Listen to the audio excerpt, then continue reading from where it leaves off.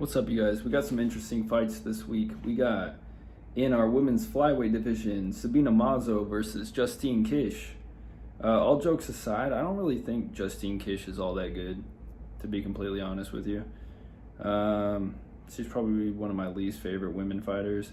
And I almost was tricked into thinking she was good last time out, but I'm pretty sure she was just like keeping active and looking like she was busy. I think Sabina's got this one. She's just better.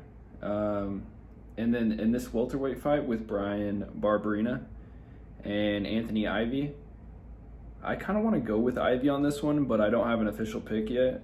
Normally I would pick Brian, but I don't know. I just don't trust him right now. You know what I mean?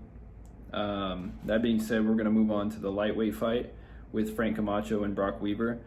Now, I was really high on Brock Weaver, but then his fights in the UFC or whatever, man, it really left a bad taste in my mouth. I'm like, he looks the part, he kind of acts the part, but I don't think he's as good as he looks like he's going to be. Was it Vargas that had the technical loss against him? And I do like that Brock's southpaw, but Frank is better BJJ. I think he's better standing. He's got more power, more experience. I think in this one we're going to see the veteran win, and I'm pretty confident Frank's going to get the win on this one. Our next fight, we got lightweight. We got Bobby Green versus Alan Patrick. I like Bobby Green, and I especially like him a lot better now. He's gotten way better than he was there for a little bit. It seemed like he wanted to quit and he wasn't happy with the UFC and shit like that. But he's got good hands. He's kind of a journeyman, but he's above a journeyman. He's got a good record, you know. It's not too bad for how many fights he has and how much he's cared, you know. Alan Patrick, he's pretty good. He southpaw wrestles, submits.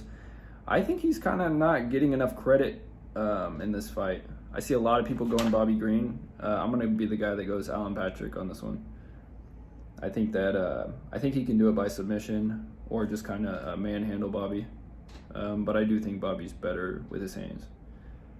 Lightweight, we got Matt Frevola versus Roosevelt Roberts, and I'm not that excited about this fight. I just think that Matt Frevola is gonna everywhere be a little bit sharper and submit him in the later rounds. He's gonna have better cardio, I think Roosevelt Roberts, with everything going on, I think that his head's kind of out of the game a lot of the time anyway, and he relies on his size and athleticism and shit like that. But I really think that Matt Frevola can just kind of use his wrestling and edge this one out in a decision or submit him. All right, we got, in a women's bantamweight, we got Julia Avila versus Sijara Eubanks. Now, there's a lot of fighters that are kind of like these black women who just are decent. They're basically wins or their losses and stuff like that. But those kind of fighters, when they leave it up to the judges, it never really goes that well, you know? And I think that it'll go to decision. And I think Julia might even have a little bit more power. But Sijara, I would like her in a street fight and shit like that. But for this UFC octagon fight, I'm gonna have to go with Julia on this one.